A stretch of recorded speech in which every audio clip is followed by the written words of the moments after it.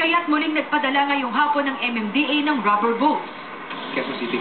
Bakit? At saka Marikina. Bakit Quezon City? Ang tagal kasi humupa nun sa Quezon City.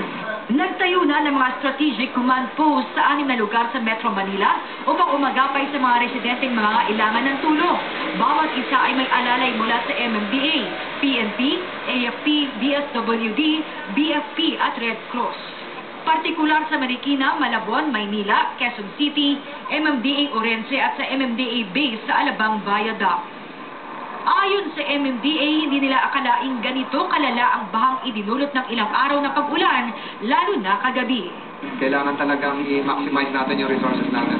Hindi naman magkanda-ugaga sa pagsagot ang MMDA Flood Controlling Information Center na mga humihingi ng saklolo mula pa kaninang umaga. Binabantayan naman ng MMDA ang floating barge na ito sa Marcos Highway. Dahil sa taas ng tubig at malakas ang water current, posibleng bumangga ito sa poste ng LRT. Samantalang pinag-iingat naman ng MMDA ang mga motoristang mangangahas pa rin bumiyahe ngayon na maging alerto at maghinay-hinay sa pagmamaneho. Sa kuhang ito ng MMDA Metro Base, kita ang dalawang motorsiklong na aksidente sa iisang lugar pero sa hiwalay na oras. Sumimplang ang dalawang motor na ito sa Magallanes flyover.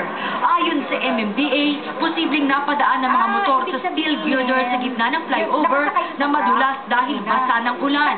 Dito naman sa C5 Green Meadows, walang kamalay-malay ang isang pedestrian na may magbabanggaan sa pagtawid niya. Nakapreno pa ang AUV pero nabunggo sa likod niya ang isang motorsiklo. Payo sa mga motorista, dagdagan ng clearance o agwat sa sinusundang sasakyan, lalo't malabo ang visibility ngayon dahil sa lakas ng ulan at basa ang daan. Maan Makapagal, Patrol ng Pilipino.